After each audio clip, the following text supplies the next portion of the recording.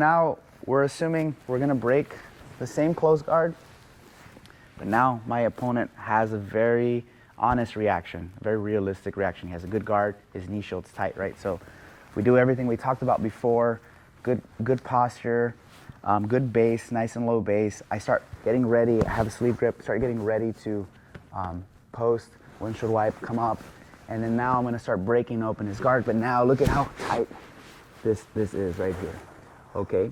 Perfect, so no problem. He's giving me very, like, good resistance, he has a good open guard. Now, if I go into him like this, he's gonna easily go to De La Riva, Tominage, and I'm kind of stuck. So it's very important, wherever I feel his foot, I have to be ready to peel off.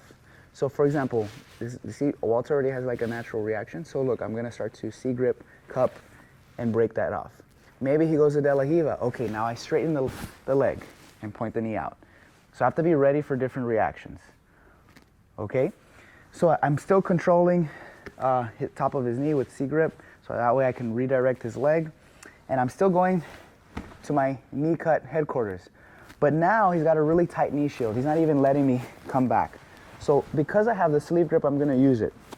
I'm gonna grab the collar, use the sleeve grip, drop the elbow, and look what my knee is gonna do. It's gonna point out to my right, and then I drop, and I'm gonna bring it all the way to my left. So before I'm here, okay, drop, my hips come up, it comes all the way to my right, drop the elbow, then it comes back to my left. And I still have the sleeve grip.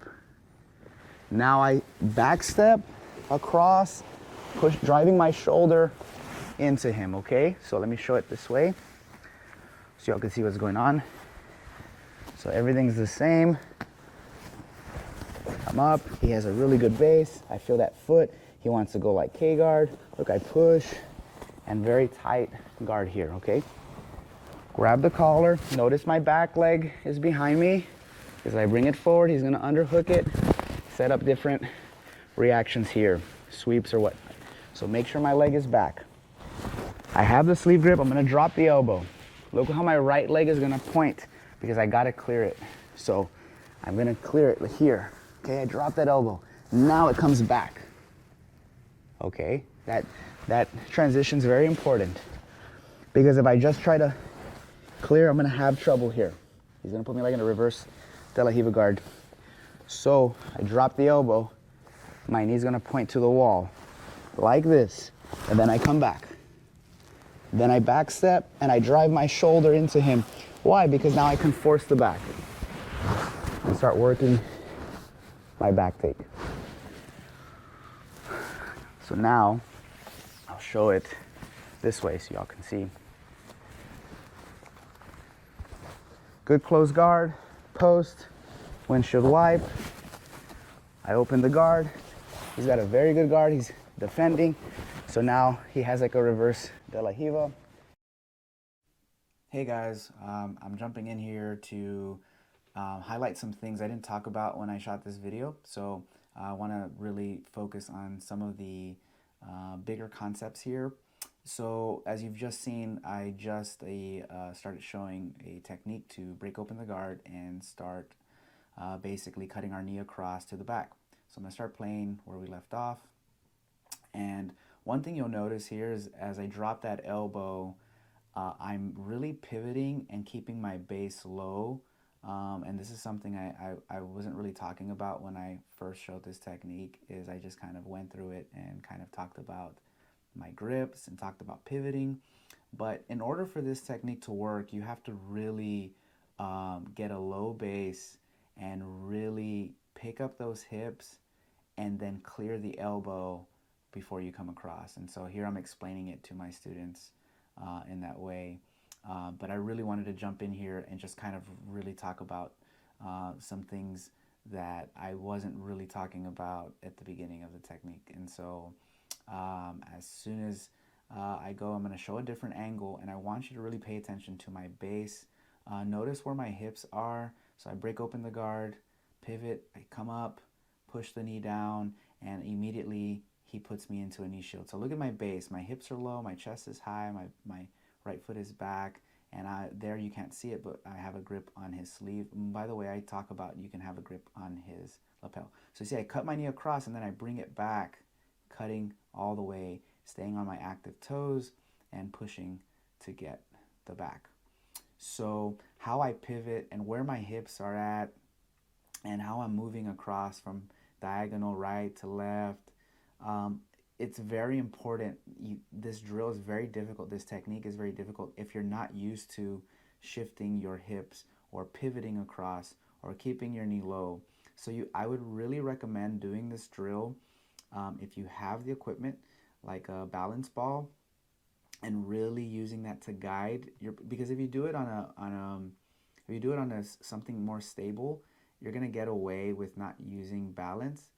But if you do it on a balance ball, then you have to kind of engage your core and really work on really getting that base and keeping that chest up and keeping that hip low, and then switching to keeping your hip high, right? So here you'll see a student is asking me a question about a very simple question of why I would consider breaking the guard open and why I have to windshield wipe to come up. So I basically just explained to him at this point that if I just pop up, it requires me to be more athletic. If I'm doing plyometrics, if I'm doing Olympic lifts or cleans, sure, it's no problem. But I pivot off my knee to do a windshield wipe, so it's easier for me to stand up into a more technical way of getting up. So that's why he was asking, why did you windshield wipe? Why do you need to do that? So coming back to the technique, I'm really making sure that I have that tight grip on the sleeve. My elbow is able to trap right on top of his quad. See, I'm pointing right there where it needs to be.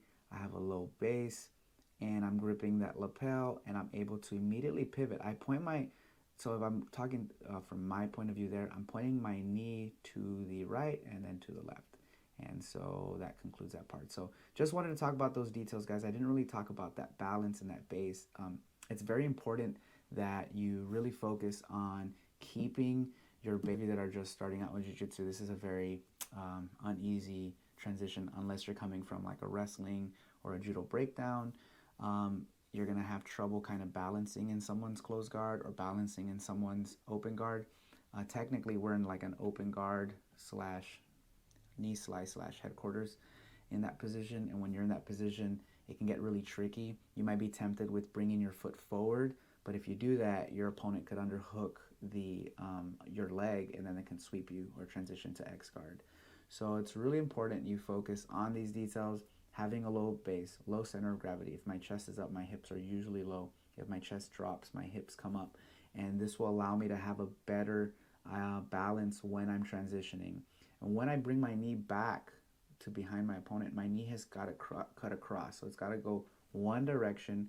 I drop the elbow, come back to the other direction, and then I'm able to put my shin down to trap his leg, because now my knee is replacing my elbow, and then I'm using my elbow and my knee to trap his upper leg, and then I back step. And so like really doing some focus drills with like a balance ball. If you don't have access to equipment with a balance ball, then maybe get something more stable at your house, and just start learning to like lean and use your hips and come forward. You can also, a good idea would be like get at the edge of a bed and lean forward on the bed and start bending into like a semi-quarter squat, and really start transitioning into that pivot of that knee cut slash headquarters. A lot of these positions require some kind of advanced technical movement. So if you're just starting out with jiu-jitsu, don't sweat it. Slowly get there, work your way up.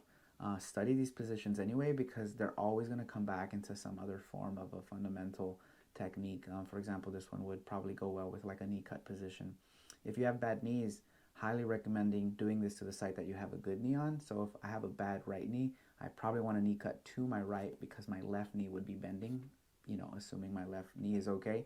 If you have bad knees on both of your knees, then you might want to consider, you can still do the same position, but try not to let your knees pass your toe line. So if you were to grab a ruler, right, a long yard ruler, and you were to put it, or a meter rather, ruler, like the old ones they used to have in school, and you were to measure your toe, the front of your toe, and you draw a straight line, you can't let your knee pass that, and so that way you don't compromise that joint. The knee's supposed to stay back, so your butt should really drop low.